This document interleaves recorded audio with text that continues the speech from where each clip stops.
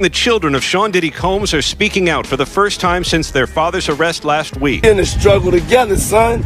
You know what I'm saying? They called like Jay-Z Theo or something. Is he like your uncle kind of low-key? Yeah, that's my uncle right there. You got some powerful uncles.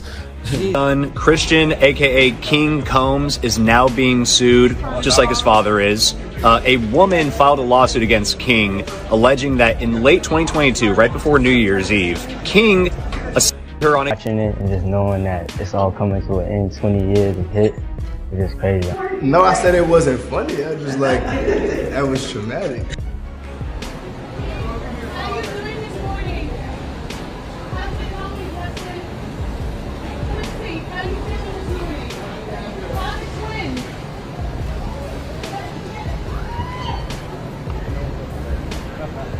Diddy's family drama is intensifying as his son reveals feeling more like an asset than a person in his father's eyes. Imagine living in fame and luxury yet feeling trapped. Rumors suggest even more is unfolding behind the scenes. We'll dive into how Diddy's vast empire might be taking a toll on his son. A daddy dearest story with an unexpected twist that might reshape how you see the hip-hop movement. For somebody take his head off. Cause see, that's that new school bulls crap that these kids out here, they easy to fly off their mouth with that. You don't invite a man to your private. You don't invite a man to your private unless you doing the Diddy. If two men lay down, how many homos get up? Let me tell you, young man, 2 of them. You understand? So don't invite a man to your private, because that man will see you and take your head off. Especially somebody like 50. You don't send or let a boy do a man's job. I don't know if he need that type of attention or he want that type of attention. Evidently he do. Have you ever wondered what it means to have everything yet feel empty? That's the reality Diddy's son seems to face. Life in a mansion, surrounded by designer fashion and a hefty bank account, might seem ideal. But behind the scenes, it's not all private jets and red carpets. Diddy's sprawling empire, from music to vodka, keeps his family in the spotlight, but whispers suggest it's more like living in a luxurious prison. It's the golden handcuffs effect, a life so glamorous it feels impossible to escape. For celebrity families, this diamond-studded struggle is all too real. Defendant, Christian Combs. Yo, it's shot o'clock. Plaintiff, Grace, no, I'm not doing shots. Christian. Defendant, Christian Combs. Everybody, we got to take a shot. Audio 2. Plaintiff, I'll just put the ledge. That's Grace. Defendant, Christian, no, take the whole thing. Plaintiff, no, you will take it as well. Christian, take the whole shot. Plaintiff, I'm only doing it as long as you take it as well. Christian, I ain't gonna lie, I'm not taking nothing. Please take the shot. You are drugging me? Plaintiff says. Christian, take the shot. Hey, yo, play another beat one time, because now it's interesting. Why not give the whole audio? It bugs me, but still, enough in here is strange. But I don't know why it's cut. But apparently then cuts, and then we hear Cassie's Me and You featuring P. Diddy and Young Jock playing in the background as then this SA happens on the plaintiff. Cassie, this is not an offer. Christian, you said what? Plaintiff, I can't. I'm swapping out. I can't do it. I'm sorry, darling. Christian, no, we need you. Plaintiff, I'm going to stop. I have to go. Honestly, I'm like already losing sleep. I have to go now. Now, it's important just to remind everybody, she's been doing the 6 p.m. to 6 a.m. shift. This is at the end of her shift. She is there to take care of her A-list clients on this yacht. That's what the job is. The bosses, everybody need to apply, make sure that these A-list clients are doing well. Her client is Sean Combs, and now Sean Combs' son. And she's being pressured into this to stay, to drink, to do all this stuff. She's trying to get out of the room. You're the best one on this ship, though, Christian says. What do you mean? She responds. Christian, who's going to replace you? Who's going to replace me? Defendant Christian, F that. That's going to be trash, though. You feel me? Plaintiff, excuse me, you don't touch my legs like that. I'll move my legs where I want to. Plaintiff, if I want to do this, then I will. You don't touch, then I will. You don't touch my legs like that, says Grace. Christian, listen, You and everybody in the crew, it's great. Plaintiff, Grace, I can't. I have to go down. I have to go down. Christian, no. Yo, tell me, listen. Grace, what? Christian, like you're just vibing with me the whole time. Like, just say it. Plaintiff, I can't. I promise you, I wish I could, but I can't, unless I say that you guys requested me. Defendant Christian, yes, who can I talk to right now? Who can I talk to? I'm going to say I requested you right now. Plaintiff, well, you can take your hand off my ass for the first thing. Now, again, I don't know if there's more audio, why it's selective. Maybe these are just the most important parts, and then it ends, but even so, these clips are... Celebrity kids often face unique struggles. Remember when Willow Smith shaved her head? That was her reclaiming her identity. Or Lindsay Lohan's public battles as she tried to step out of her parents' shadow. Now, the spotlight is on Diddy's son. Behind the walls of the Combs estate, rumors swirl about immense pressure and expectations. His father's towering presence seems to overshadow him, making it hard to find his own path. Recently, Diddy's son shared a cryptic post.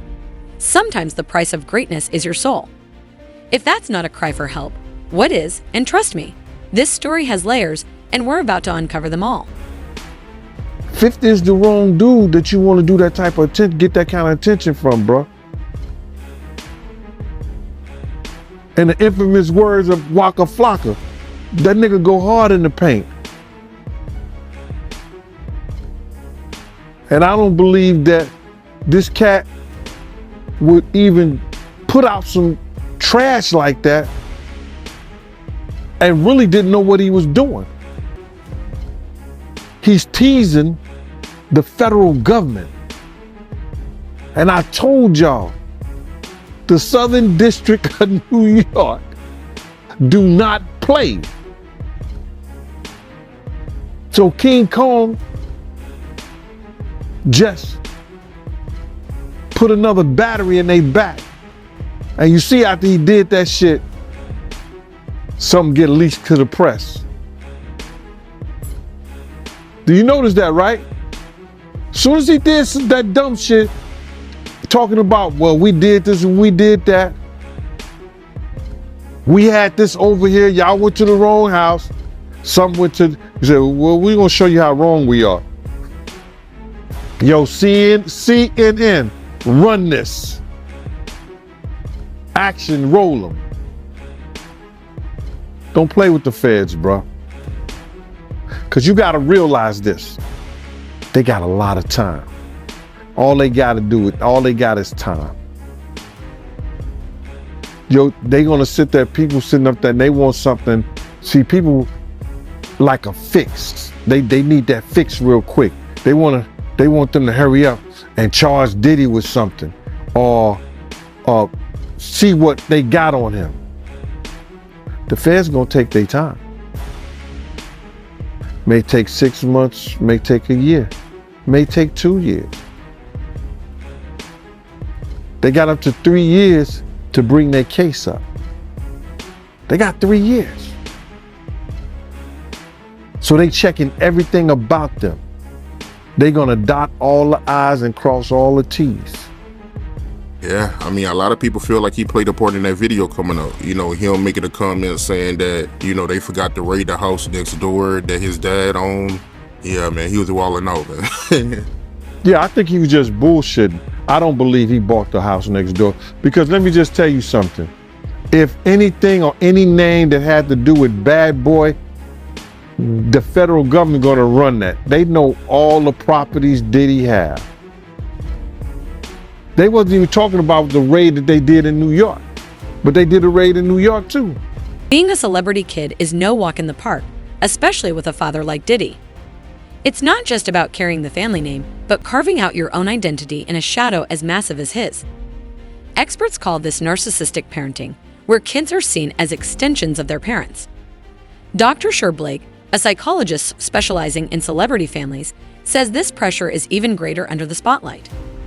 Rumors suggest a major clash between Diddy and his son, who reportedly wanted to pursue a path outside the family business. Diddy's response: allegedly heated arguments and threats to cut off financial support. It's a my way or the highway dilemma, But when the highway is paved with gold, leaving isn't so simple. Clear as day, and that's not an automatic. That's not a given. Until we actually hear the audio, there are any number of ways to potentially attack this dialogue that's been portrayed here and that has been alleged to have taken place. The audio might not be clear. There might not be a bulletproof way of identifying who is doing the speaking and exactly what they're saying and so forth. And it gets all back to the question of authentication, where if this is played in court, or even before it's played in court, somebody's going to have to identify what was the source of this information, who made the recording, who has kept it between the time it was made and the time it's played in court. How do we authenticate and how do we prove that the person who's alleged to be speaking is actually the person who is speaking? All of these kinds of things all have to be hashed out in court.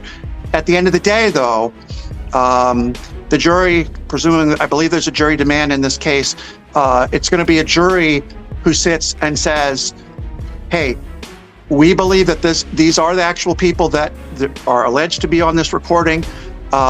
We believe that this did actually take place. It's not AI. It's not any other kind of, manipulation. Taken within the totality of all the circumstances and the totality of the evidence, we think it's more likely than not that this actually took place, and therefore we're going to give a win to the plaintiff in this case, this woman who has brought the lawsuit. So it's not an automatic by any stretch of imagination, but if it can be authenticated, it gets through that vetting. If this is real audio, not a good look for Christian in eyes. No, of the jury. absolutely not. Absolutely not. If it passes the sniff test, then it's potentially very, very problematic. You're absolutely right. And the rest of this case, we don't have as much evidence. It's going to be a he said, she said. But this type of damning audio, as Kim, you've said it before, in a civil case, right? It's only 51% need to agree. And I would imagine, Kim, your thoughts in reading this transcript now, because we've only seen sort of snippets through NBC, but in reading this transcript now, this is pretty hard to come back from if it's real, right? Yes, I would agree. I mean, if the question is, was she touched without her consent? And, did she voice that she did not want to be touched in that manner? If this audio is authenticated, it's pretty clear that no, she did not want this interaction. This is SA, period. Choosing between your father's empire and your own dreams is just the beginning of the struggle. What happens when privilege comes with anxiety, depression, and a relentless spotlight? Growing up with a silver spoon might seem easy, but for celebrity kids, especially in hip-hop, it often feels like living in a golden cage with paparazzi flashes as the bars. Sure, they have luxury wardrobes and overflowing bank accounts, but the cost? Their mental health. These kids face immense pressure, trying to find their identity while the world watches and critiques, waiting for any misstep. It's like starring in a reality show they never agreed to. For the children of icons like Diddy, the weight is even heavier. They're expected not only to succeed, but to outshine their legendary parents. Imagine the challenge of breaking free from such a massive shadow, not just living up to the name, but surpassing an entire legacy. Yeah, I ain't hear about that raid. I only heard about the LA and Miami raid. But you feel like the feds, they released that video over King Combs' comments. Oh man, I've worked in law enforcement for 27 years, and I had the opportunity to see HIDA. It's a place, whereas they have the state, the feds, the NYPD, the Department of Corrections, and the state police. Yo, this place could be half of a basketball court. That's where they just got lines of computers with officers of all different people and officers just on the internet. Whoever's over that case, whoever's working that case, don't you know they saw that and took it to their boss? You might think it's petty, but it's not. You do not agitate a lion with a pork chop. And that's what that kid did, bro. Some people feel like, Diddy, he played a part in that video coming out too. Him being spotted with Stevie J, smiling at the camera. A lot of people blame him too. But bro, what did I tell you? He's such a narcissist that he has to be in the public. Listen to me. They just caught him on TMZ today or yesterday or something like that, walking out and about. Now, I'm not telling the man what to do, what he couldn't do. I don't know if the government told he couldn't travel nowhere, he couldn't be nowhere and stuff like that. But why are you gonna go outside your own compound where TMZ and every other place is waiting on you? You're not gonna get any public sympathy. That's why he had that picture of him and his father around his neck. You're not gonna get no sympathy. You're done. Stick a fork in it. Call it a quit. Apologize to Big's mother for putting her son in that position that he loses his life.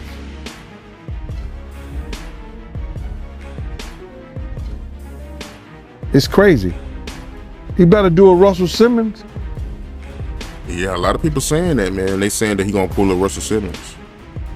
Well, anything's possible, bro, but I don't know if the feds will allow him since they got an open investigation on him. The statistics paint a worrying picture. According to the Journal of Child Psychology and Psychiatry, children of celebrities are twice as likely to struggle with anxiety and depression compared to their non-famous peers. And substance abuse is often part of the equation. Fame, it seems, doesn't come without a cost. So how is this affecting Diddy's son? Rumors suggest he's facing serious challenges. Behind the designer shades, sources say his anxiety can feel suffocating and his depression hits harder than Diddy's classic beats from the 90s. Whispers even hint that he's quietly seeking therapy, with rehab being a possible next step. While the full story remains unclear, where there's smoke, there's often a fire. And it seems this one is burning beneath the surface. Holmes' 7 children writing on Instagram, "We have seen so many hurtful and false rumors circulating about our parents, Kim Porter and Sean Combs' relationship, as well as about our mom's tragic passing, that we feel the need to speak out. Claims that our mom wrote a book are simply untrue. She did not, and anyone claiming to have a manuscript is misrepresenting themselves. A 60-page unverified book published earlier this month claimed to be the collection of diaries of Porter, who died at the age of 47 in 2018. The children, who don't mention their father's arrest in the statement, go on to write, "Our mother should be remembered for the beautiful, strong, kind, and loving woman she was. Her memory should not be tainted by horrific conspiracy theories." The message coming as another accuser goes public with allegations against Combs. Talia Graves claims in a civil lawsuit Combs and his bodyguard drugged, bound, and raped her in 2001 and filmed it. It's a pain that reaches into your very core of who you are, and leaving emotional scars that may never fully heal. Seek help? The answer could surprise you. We're diving into the golden handcuffs of fame, where breaking free comes with the risk of breaking down. Is Diddy's son preparing for a move that could shake the industry? Trapped in a life that feels like a scripted reality show, he's searching for a way to write his own story. But in a family as powerful as the Combs clan, breaking free is anything but simple. Rumors suggest he's exploring his options: discreet meetings with lawyers, quiet talks with industry leaders, and even considering a solo path outside the family empire.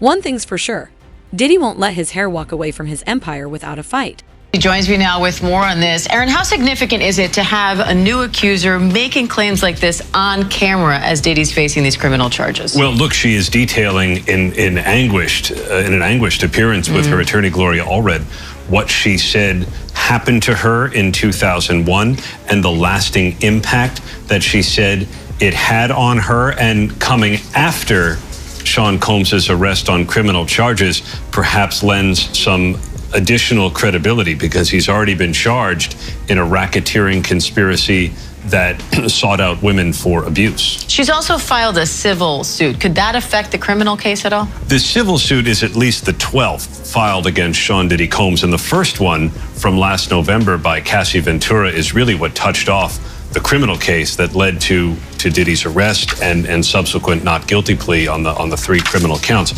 Without the civil suit, there are probably not criminal charges against Sean Combs, but all the civil cases are now likely to be paused while the criminal case takes priority. Now, some of Combs' children issued this statement on Instagram, speaking out in defense of their mother, but they didn't really mention their father. What do you make of that? It was an interesting statement coming a little more than a week after Combs' arrest here in New York.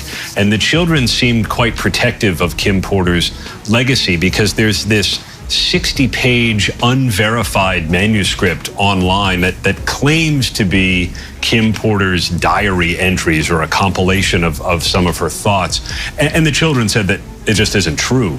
And they didn't want her and her memory commingled with him and the criminal case that he's now facing. And what's next in that case now? He's back in court in early October.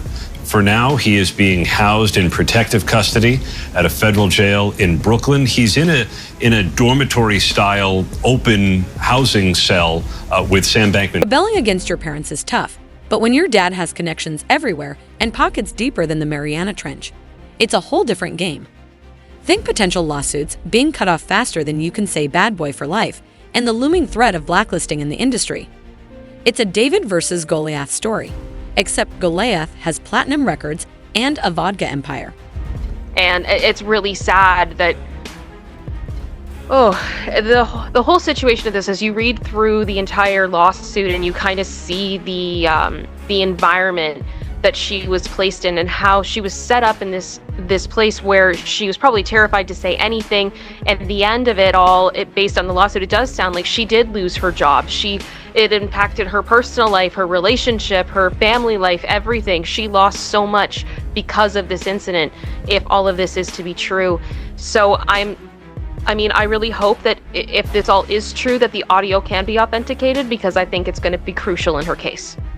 And just for full, so I want to go visit. Audio was recorded by Jones, allegedly. NBC News has heard 2 clips of audio transcribed in the suit, purportedly from the night, but has not verified who was recorded, which is important. As John said, again, we need to vet this. They don't need to go through that sort of legitimizing it, but there allegedly is audio that's claiming to be this. And it's interesting there, as I go back and read that, only 2. They only heard 2, and there are I guess it is 2. There are the 2. It's 1 and then the longer one. Okay, got it. So there's only the 2. So they've heard it. This audio apparently exists. I would, Mr. Blackburn, share it more. What's going on? If you're giving it to one press outlet, give it to other press outlets, because if this is real, we need to get the word out. If it's not, why are you sharing it? Or, if it's private, why are you sharing it with certain outlets? I hope they do, so we can definitively figure out, is this real or not? Because I think it's important information to know. So Diddy's lawyers slammed this lawsuit against son, expected the same kind of manufactured lies. Youngest son Christian slams, the lawyers behind slammed it. Again, they're going after Tyrone Blackburn. And I want to connect that because the last suit was kind of sloppy at times. Is that going to affect this? Do you think this one plays better because it's got the transcript and board? Or is there a version of this where this could be a shakedown by this Blackburn attorney who has had previous grievances? Does any of that come into play for you, John? Well, I'm assuming that he's gotten a little bit sharper and a little bit smarter since he filed the case in New York, the Little Rod case. I mean, and that was a little unusual. All of a sudden, he's had to go back several times and file a First Amendment complaint, then file a First Amendment complaint. First amended complaint, then a second amended complaint, which somewhere along the line there was one or more procedural problems where you typically have to ask the court for leave or permission to file an amended complaint. Apparently that was not done in the way that the court expected it to be done. Most courts have their federal rules of civil procedure, and then there are usually some local rules as well. Somehow he managed to run afoul of those rules in terms of asking the court to file an amended complaint and so forth. And the reason he was filing amended complaints, I mean, for instance, the first, I think it was the first amended complaint, had 72 pages, did not mention Cuba Gooding Jr., as I recall. Second amended complaint that he tried to file was up close to 100 pages, 90 or 100 pages, and all of a sudden it did include Cuba Gooding Jr. And you got to ask yourself, well, why? How did Cuba Gooding Jr. get left out of the original complaint and the first amended complaint? How did someone that important to the case not get included the first time you went through the exercise? It just is a little bit of a question that, there might be, for all I know, there might be a perfectly legitimate reason, but at the same time, it's a little bit odd. Yeah, But- speaking of odd and speaking of Cuba Gooding Jr., again, here's that portion I found of, according to plaintiff, defendant Combs chartered a yacht, witnessed several A-listers on board, including rappers Redacted, as well as Redacted, and Cuba Gooding Jr. And then they go on to talk about how unpleasant he was. And if you go down to the little footnotes, they're like giving little clues and Easter eggs as to who the redacted people are. A Philadelphia rapper, anyway, it's all very strange to me. So there is still a little bit of a messiness to this lawsuit, you would say. It's saying